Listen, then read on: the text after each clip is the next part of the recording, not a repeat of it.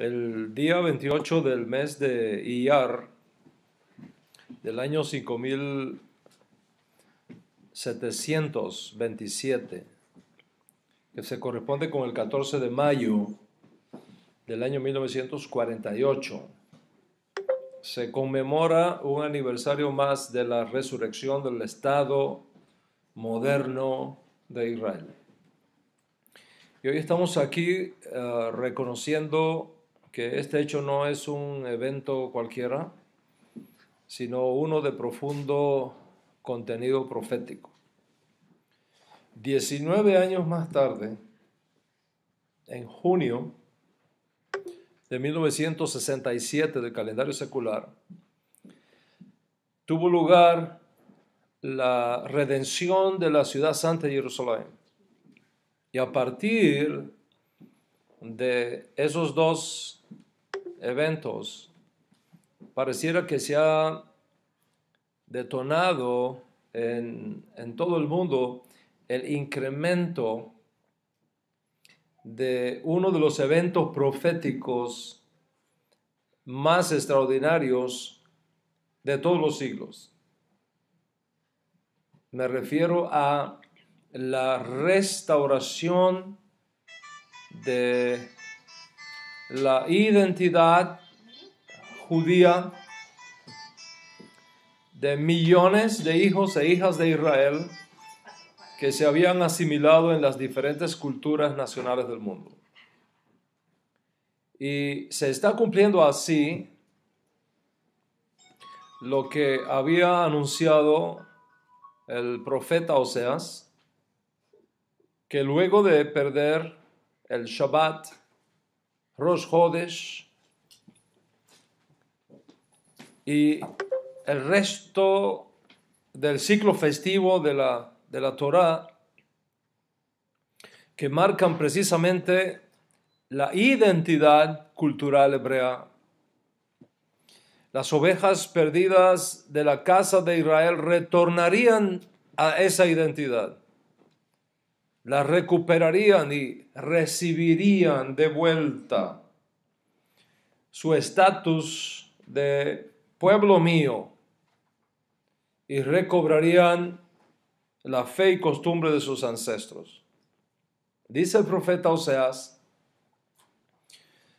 que allí donde se les dijo, ustedes no son mi pueblo, lo a mí, se les dirá, sois mi pueblo, a mí.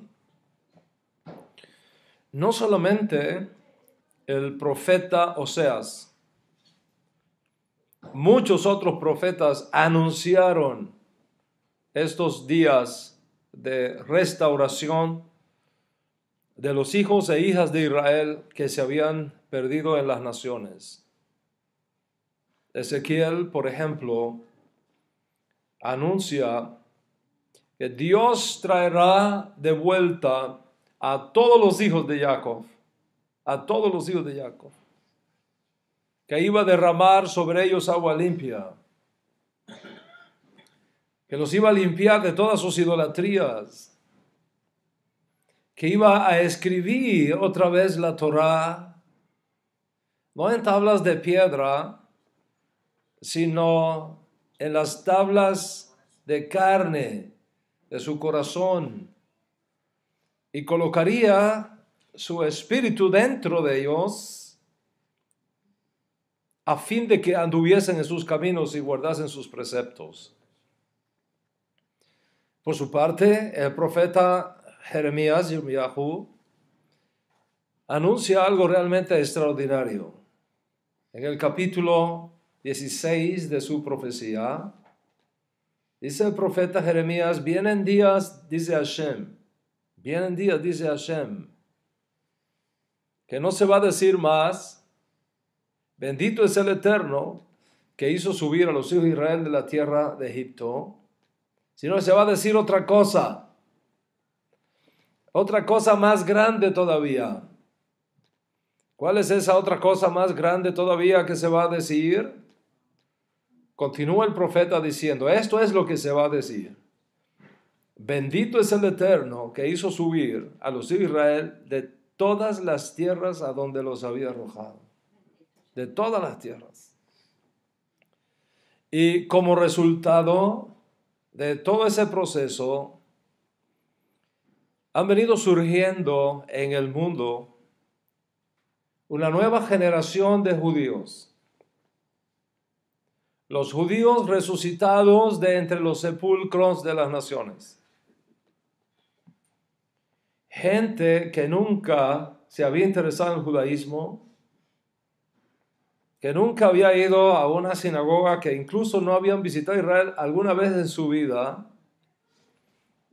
De pronto les ha sucedido algo, les ha llegado un mensaje a su conciencia, independientemente del medio que Hashem haya usado, les ha llegado el mensaje y han iniciado un proceso de búsqueda de su identidad. Y muchos han descubierto en ese proceso no solamente que sus nexos con Israel son extraordinarios, sino que además traían consigo sangre judía y no lo sabían. Por supuesto, aquellos que descubren que sin llevar consigo sangre judía pueden amar y servir al Dios de Israel, sin obligárseles a convertirse al judaísmo o hacerse judíos, pueden ahora descubrir la riqueza de los 7 mandamientos universales con todas sus derivaciones como justos de las naciones. Son conocidos como los Bene Noach, los hijos de Noé, y es un movimiento que está creciendo en el mundo en el día de hoy. Como ves, tú no eres el único que estás experimentando esta revolución espiritual, sino que más bien formas parte de una revolución profética que ha creado una generación profética única en toda la historia de la humanidad. Cada vez más y más personas iguales a ti, de diferentes razas, credos y latitudes, están reconociendo al Dios de Israel. Están aprendiendo del Dios de Israel. Y están llegando a la conclusión de que hay una historia que no les habían contado, que hay un judaísmo revelado divinamente, y una Torah dada por Dios, y esta generación de nuevos creyentes, sean justos de las naciones o biológicamente judíos emergentes, están buscando su lugar en todo este mover del cielo. Están viviendo lo anunciado por los profetas. Y definitivamente esto es una señal de que Mashiach está a las puertas. Si en este proceso descubres que tu lugar está entre los justos de las naciones, entonces es importante para ti aprender todo lo que está relacionado con las 7 leyes universales y con todas sus derivaciones, de tal manera que puedas educarte y desarrollarte en aquello que es tu misión como parte de tu nueva identidad. En relación con aquellos que descubren sus orígenes hebreos, se va formando en ellos este grupo de nuevos judíos que están saliendo de sus culturas nacionales que le formaron y están regresando a la cultura judía, a la fe judía, al pueblo judío y al Dios de Israel. Y en ese proceso de retorno van descubriendo que muchas de las cosas que les habían dicho del Dios de Israel no eran necesariamente como se le habían contado. están descubriendo también que muchas de las cosas que se les había enseñado del Mesías de Israel no eran necesariamente como se lo habían dicho.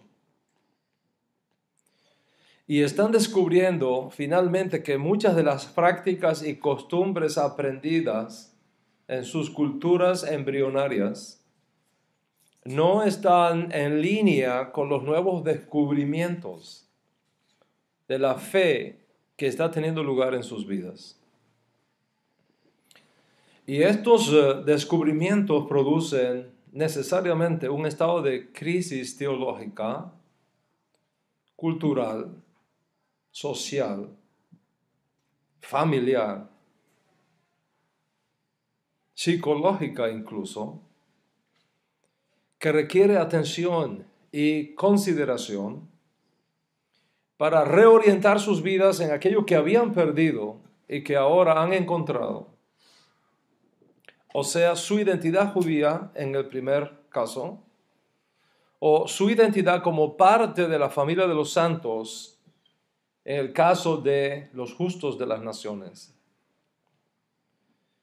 Una vez que el descubrimiento de los nexos biológicos con el judaísmo tiene lugar, más allá de cualquier duda razonable, muchas preguntas surgen en la mente de estos nuevos creyentes.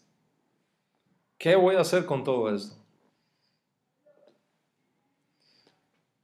¿Qué voy a hacer con todo este arrastre teológico y cultural que he vivido por los últimos 20, 40 o 50 años de mi vida? ¿Lo tiro todo y comienzo a vivir desde cero mi vida judía? ¿O hay algo que puedo retener conmigo? Por ejemplo, ¿qué de mis costumbres alimenticias? ¿Qué puedo retener y qué puedo dejar? ¿Qué de mis costumbres sociales? ¿Es que me tengo que vestir diferente ahora? ¿Cómo hago con la educación de mis hijos?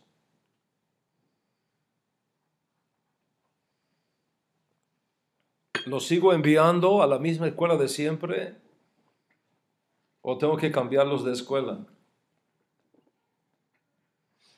¿Qué pasa con mi familia que no es consecuente con mis descubrimientos? Y prefieren seguir viviendo, ignorando completamente los hechos históricos que han tenido lugar en nuestras familias. ¿Y qué de la iglesia? Y mis amigos cristianos, donde yo me había formado, donde mis hijos se habían formado y donde tienen sus amigos y su ambiente social. ¿Qué hago con ellos? ¿Me desentiendo de ellos y les digo adiós y me busco nuevos amigos? ¿O puedo continuar relacionándome con ellos e incluso con mi familia inmediata? ¿Cómo les digo lo que está pasando en mi vida? ¿Me voy de la iglesia o sigo en la iglesia?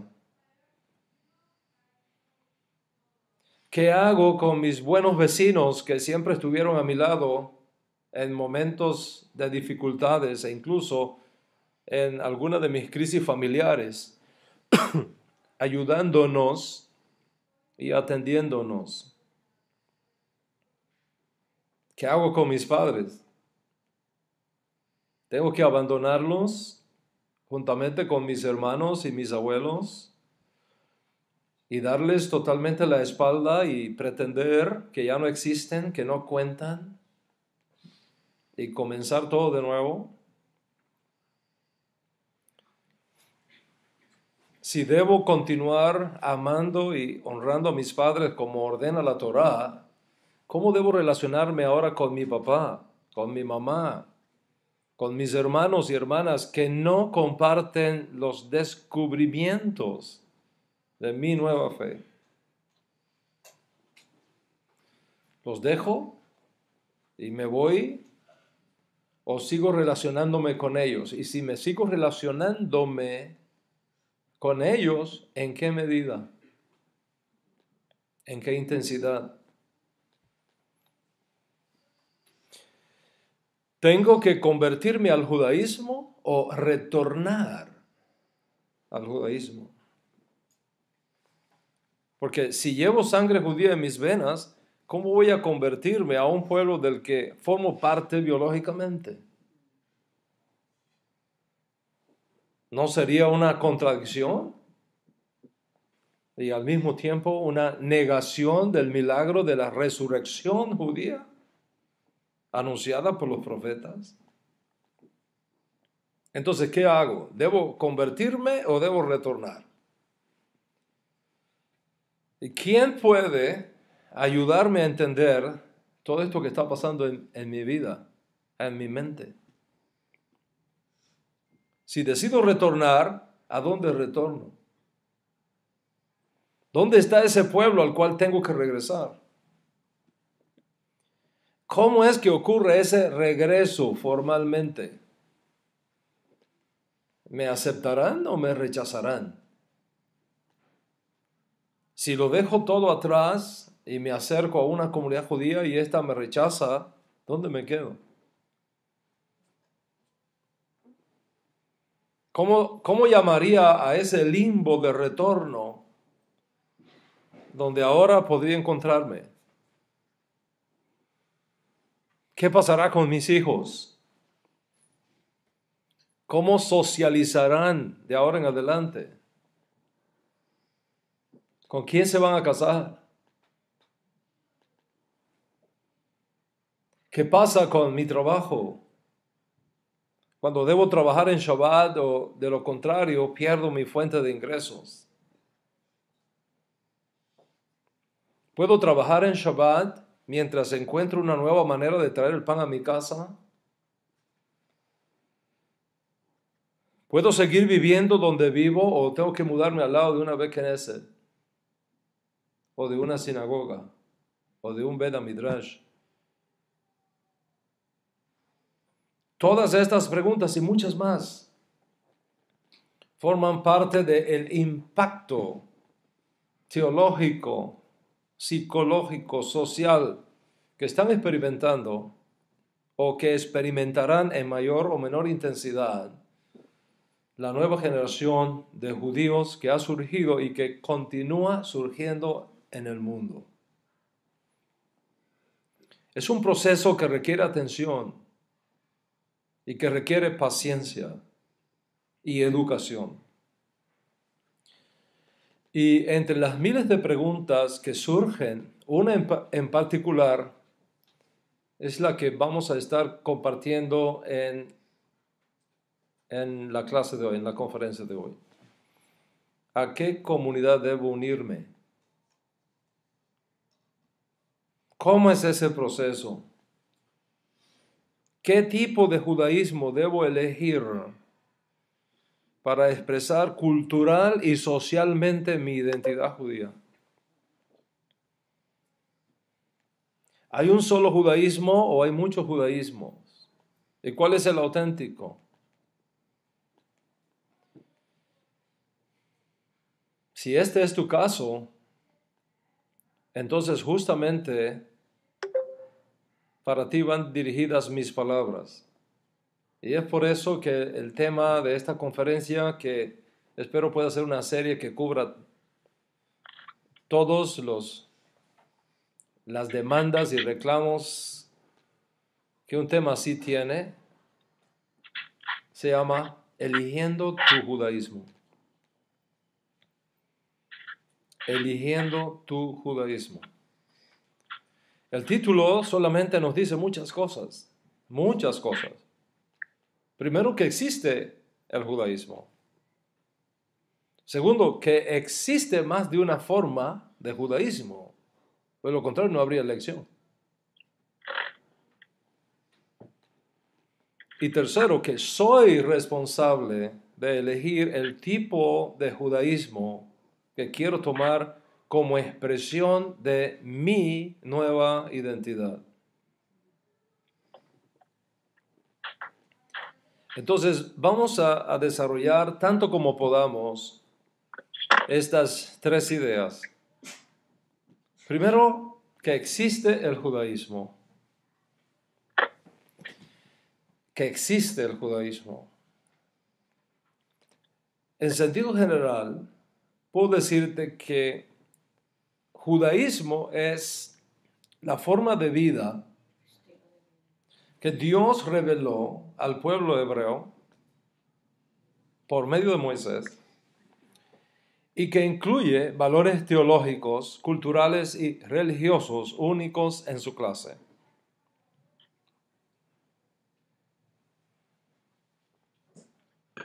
Voy a repetir esa idea.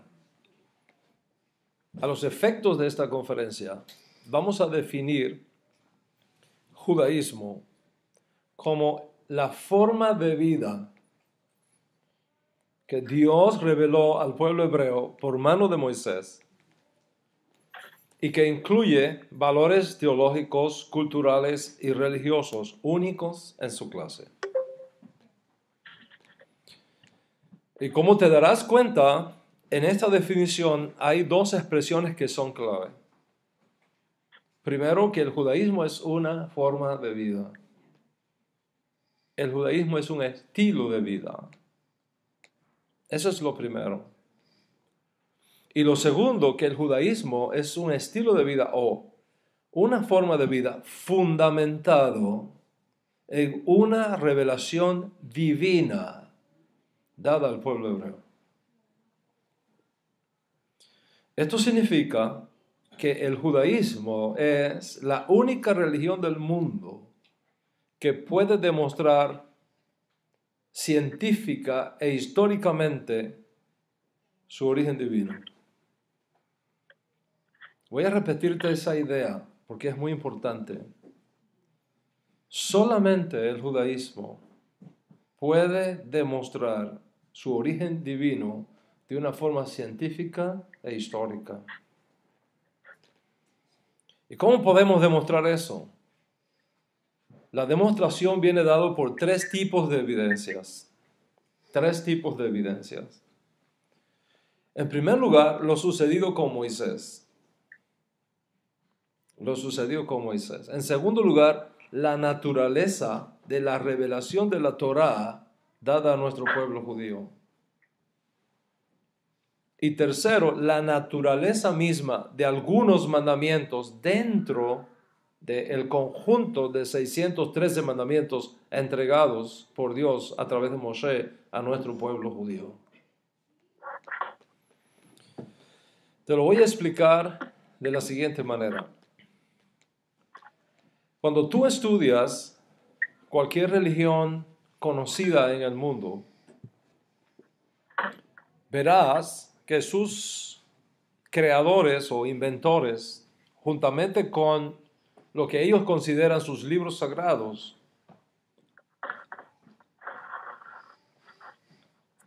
fueron siempre el resultado de supuestos encuentros privados con sus divinidades, encuentros, por supuesto, que nadie puede comprobar. Esto es lo que explica una de las razones lógicas por las cuales Moshe Rabenu, no quería ir como redentor de Israel a Egipto. Si ustedes recuerdan, en ese famoso encuentro en el desierto de Madián, en la salsa que ardía y no se quemaba, etc. En ese contexto, Moshe Rabenu le dice al Malach, le dice a Dios, no me van a creer que tú me has aparecido. No me van a creer que tú me has aparecido. ¿Por qué? Porque no había ningún judío allí para comprobarlo. Solamente estamos tú y yo. ¿Cómo me van a creer si este encuentro es un encuentro privado entre nosotros? Para resolver esa situación, Dios hizo tres cosas. las tres cosas que mencioné como tres tipos de evidencia. ¿Cuáles son las tres cosas que Dios nos da como evidencia? Primero, le entregó a Moshe señales extraordinarias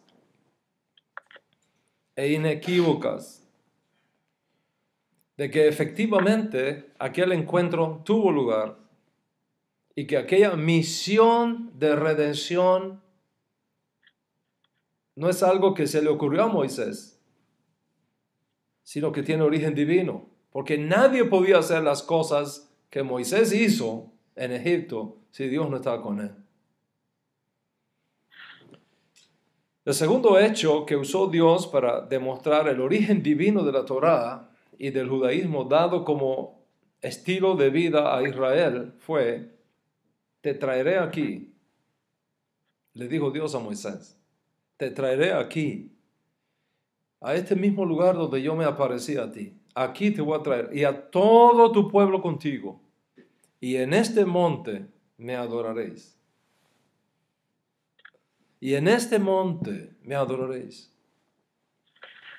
Y el tercer hecho que Dios usó para demostrar el origen divino de la Torá fue la naturaleza de ciertos mandamientos dados por medio de Moshe que demuestran, más allá de la duda razonable, que solamente Dios podía estar detrás de ese tipo de instrucciones que se le estaba dando al pueblo.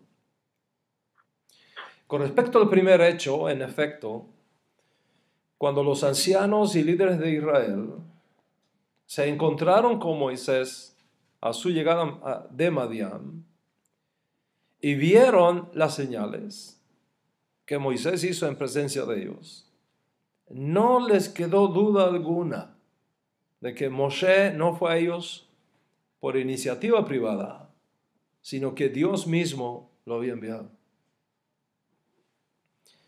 Las señales así lo testificaban y fueron expandidas en todo Egipto.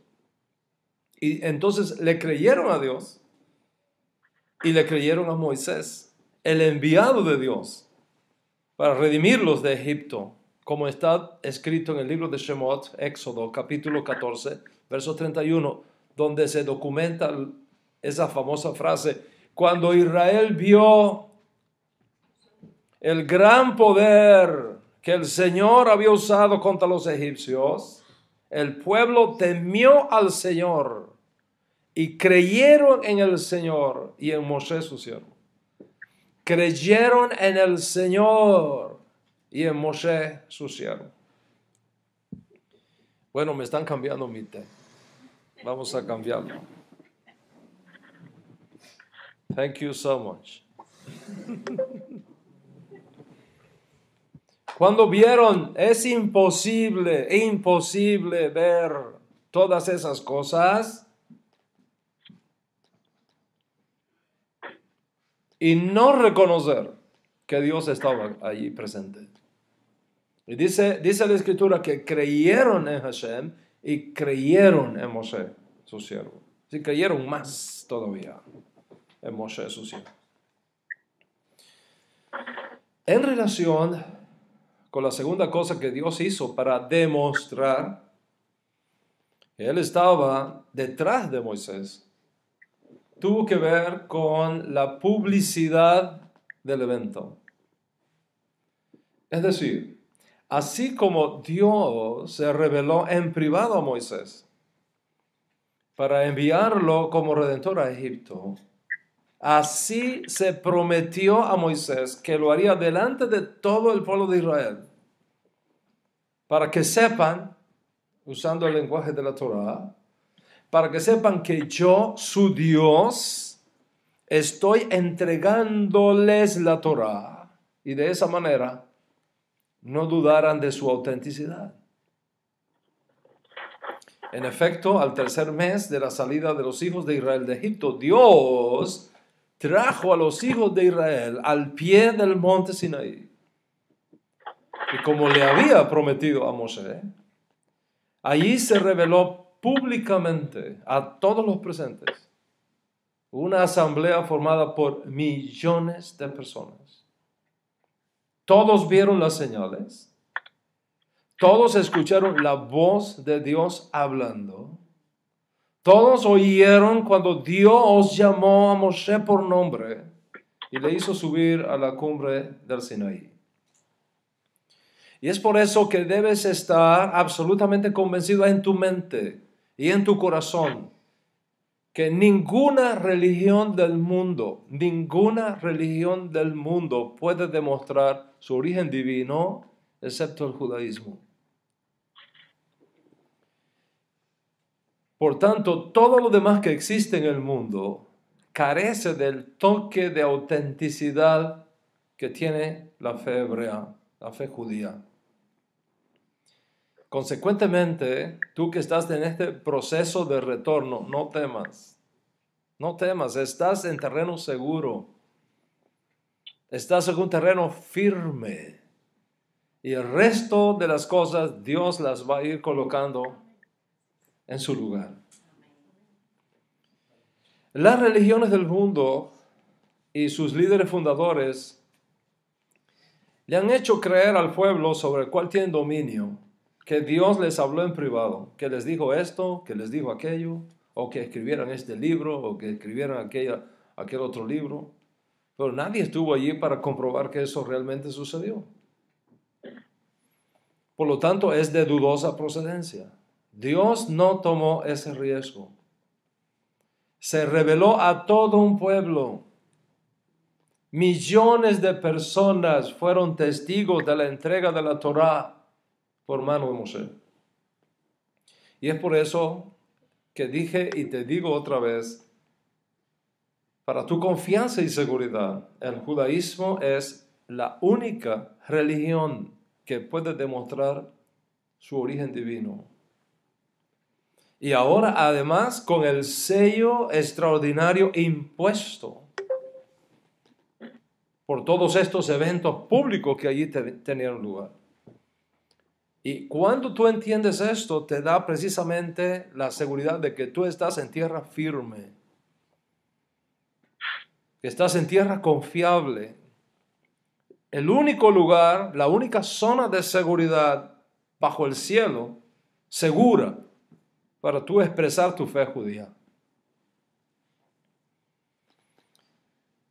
Ahora bien, no solamente debes saber que el judaísmo es la única religión que puede demostrar su origen divino en estos dos hechos previos que te mencioné.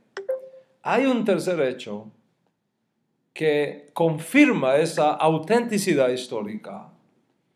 Y me refiero a la naturaleza de ciertos mandamientos que Dios entregó a nuestro pueblo por mano de Moshe.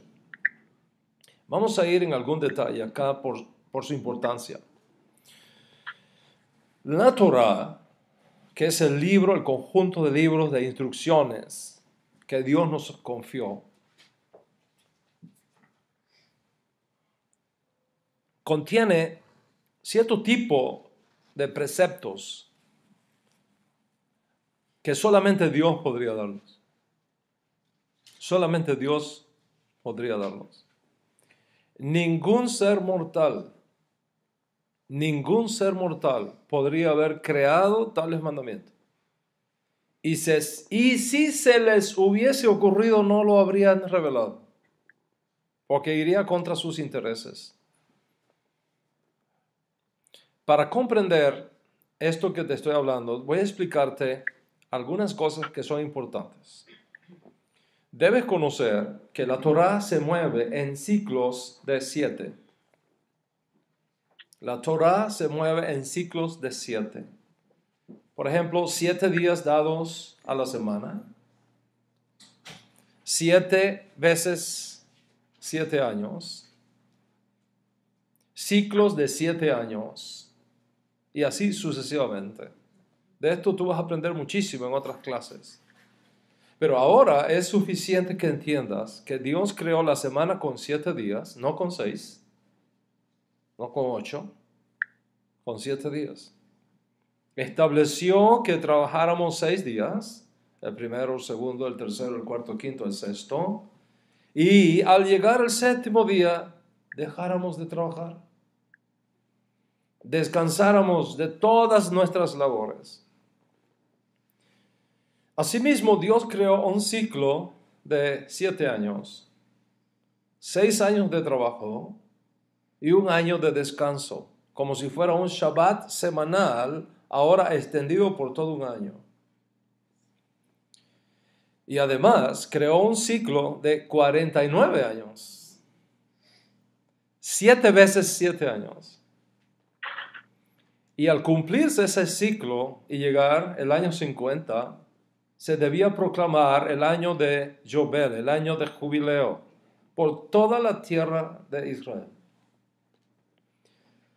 Y teniendo en cuenta este hecho, mira ahora ciertos mandamientos que son únicos en su clase, que Dios nos dio y que demuestran más allá de cualquier duda razonable el origen divino de la Torá, tanto que ningún mortal habría podido hacerlo, ni se arriesgaría a hacerlo en ninguno de los mandamientos creados en las religiones del mundo. Te voy a citar, por ejemplo, algunos de estos mandamientos, porque todavía están frescos en nuestras mentes, toda vez que se estudiaron la Parashá Bejar de la semana pasada. Está prohibido trabajar la tierra de Israel en el año séptimo. Prohibido. No se puede trabajar la tierra de Israel en el año séptimo. Está prohibido vendimiar los árboles en la tierra de Israel en el año séptimo. Está prohibido recolectar vegetales que de suyo produce la tierra de Israel en el año séptimo. Está prohibido recolectar frutas en el año séptimo de la misma manera que se hace el resto de los años. Está prohibido recoger vegetales que crecen espontáneamente en la tierra. Y así como está prohibido en el año séptimo, está prohibido en el año 50, en el año jubileo. Lo mismo que está prohibido en cada ciclo de 7 años, está prohibido también en el año 50. ¿Te has dado cuenta de las implicaciones económicas que estas leyes tendrían para una nación? Los inventores de religiones, no importa el nombre que tengan, entre otras cosas, tienen como meta sacar algún tipo de provecho económico, político, social de sus súbditos. Eso está demostrado históricamente. Nadie se expondría a arriesgar la vida por algo que sabe que es una mentira y de lo cual no sacará ningún tipo de provecho. Ciertamente que algunos entregan sus vidas por sus ideologías, aunque erradas, pero tienen intereses detrás, intereses políticos, económicos o sociales, o que me van a regalar 10 mujeres después que me muera en un lugar maravilloso. Y por lo tanto no importa que ahora me suicide con una carga de dinamita encima. Pero la psicología enseña que ningún ser humano en su juicio cabal se dejaría quitar la vida por algo que sabe es una mentira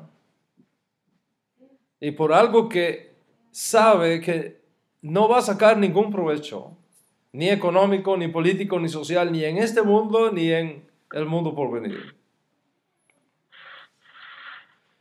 Tú entregas tu vida por algo que tú estás convencido que es la verdad, en primer lugar, o por algo de lo cual tú sacas algún tipo de provecho.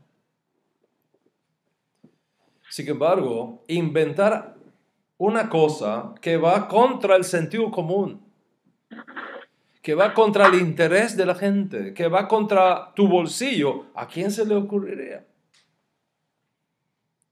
Tratar de inventar una religión donde la gente acepte vivir según tus postulados, según tus reglas, según tus principios que tú les dictes. Y encima de eso, exigirle que cada 7 años tienen que cancelarle todas sus deudas a su prójimo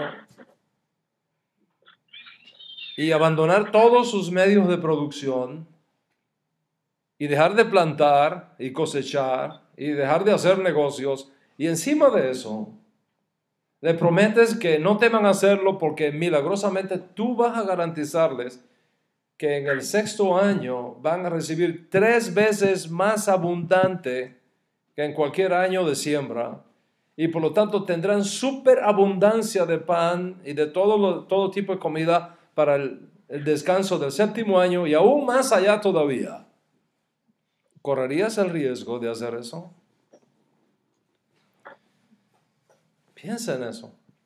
¿Qué inventor de mitos se arriesgaría a decirle a la gente que quiere dominar que no trabajen durante todo un año, que lo dediquen a estudiar del libro de leyes religiosas que tú le das y que no se preocupen?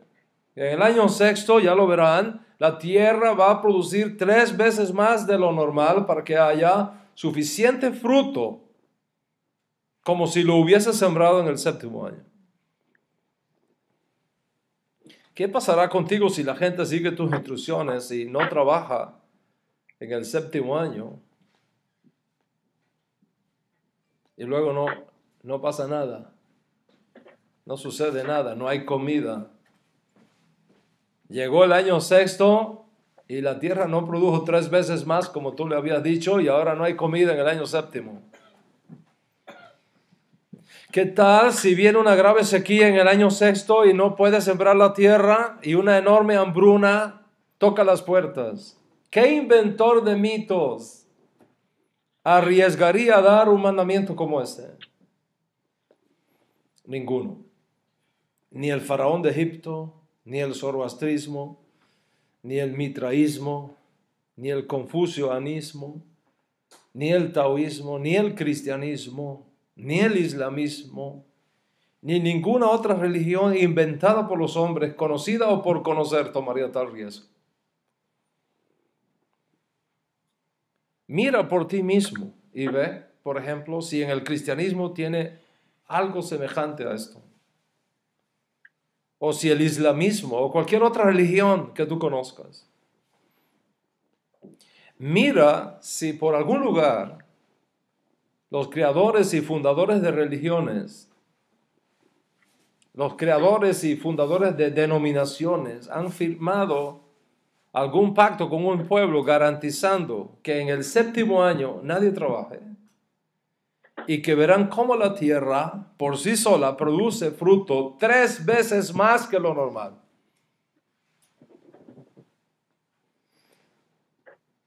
¿Quién puede tener el control de las leyes de la naturaleza a este nivel para garantizar tal cosa? ¿Quién puede predecir el futuro de una manera tan clara y evidente, exponiéndose al escrutinio de todo un pueblo? Tú tienes aquí un hecho verificable de la autenticidad de la Torá. Porque es imposible inventar algún sistema religioso que contenga un precepto semejante al que contiene nuestra sagrada Torá. Por lo tanto, debes saber en este día y tenerlo claro en tu mente y en tu corazón que el judaísmo es la única religión del mundo que puede demostrar científica e históricamente su origen divino. Y debes estar convencido en tu alma que la Torá no es un invento de los hombres, sino que tiene su origen en Dios mismo. Y por tanto estás en el camino correcto. Estás en terreno seguro. Y no puedes dejarte mover de esa zona de seguridad que te da la Torá. Esta es la primera cosa. Sobre el resto que debes retener contigo, que debes nunca negociarlo, se basa en este principio. Estás en un lugar de seguridad. Estás parado sobre una roca. Y aunque vengan vientos y soplen ríos, mientras estés parado en la Torá, no caerás. Y esto tiene que retenerlo contigo, no negociarlo nunca. No aceptes jamás que nadie te cuestione la Torá. No aceptes la idea de que alguien ha cambiado la Torá o que tiene autoridad para cambiar la Torá. Sécase la hierba, marchítase la flor, pues la Torá de nuestro Dios permanece para siempre. Y esta es precisamente la enseñanza de los grandes de Israel, de los grandes maestros, de los grandes rabinos, de los grandes profetas, como aquel que dijo la Torá no puede ser quebrantada, como aquel que dijo ni les pase por la mente la idea de que yo estoy aquí para cambiar la Torá. No he venido para anular la Torá, sino para darle su correcta interpretación. Y dijo más aún, el que quebrante o viole la más pequeña mitzvah, el más pequeño mandamiento de la Torá, así de pequeño será llamado en Mahul Shamayim. Pero el que guarde y enseñe Torá, grande será en el reino de los cielos. Por lo tanto, la Torá no puede ser cambiada. Cualquiera que afirme que Dios ha cambiado la Torá, o que la ha reemplazado por otra Torá, o como posiblemente te enseñaron en la cultura religiosa donde vienes, que el Nuevo Testamento reemplaza la Torá dada por medio de Moshe, no le creas. Están diciendo locuras. Dicen lo que saben, pero no saben lo que dicen. Hoy debes de saber en tu mente y retener en tu corazón que hay una sola Torá. Como hay un solo y único Dios verdadero. El Dios de Abraham, Isaac y Jacob, el Dios de Israel. Esta es la primera cosa, el asunto más importante que debe tener claro todo aquel que está regresando a sus raíces. Todo aquel que está regresando a la fe que les fue robada por distintas razones a sus ancestros. Pero hay dos cosas más que debes conocer bien, y se trata de lo siguiente. Primero, que aunque el judaísmo dado por Dios a Israel y por medio de Moisés es uno solo, con el paso del tiempo se han creado diferentes interpretaciones. Y esas diferentes interpretaciones han creado más de una forma de cómo aplicar el único judaísmo que existe a las nuevas circunstancias que el pueblo hebreo ha tenido que enfrentar en sus muchos siglos de historia. En otras palabras, el judaísmo bíblico es uno solo, pero debido a las condiciones cambiantes del pueblo y de las circunstancias que nos han rodeado en los largos periodos de exilio que hemos sufrido, hoy día existe más de una forma de interpretación de ese único judaísmo. Y lo segundo, que cada uno de nosotros es responsable de elegir el tipo de judaísmo que quiere tomar como expresión de su identidad judía. Esto significa que nadie te puede imponer qué tipo de judaísmo tú eliges para expresar tu identidad hebrea.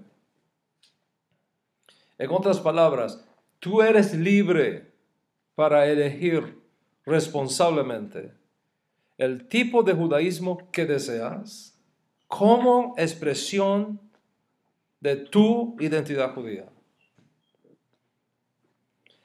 Ser judío es una cosa, cómo expresar tu judaidad es otra cosa, aunque están relacionadas. Y es aquí donde tienes que hacer tu propia elección una buena elección, una sabia elección. Y para ello tienes que informarte bien. Pero mi tiempo hoy ha concluido. En mi próxima clase voy a hablarte de estos dos temas que tú no deberás perderte. Mientras tanto, que tengas un día bendecido o una noche bendecida, depende de donde estés, como aquí en New York hoy, con mucha alegría, con mucha salud y con mucha paz. Shalom, shalom.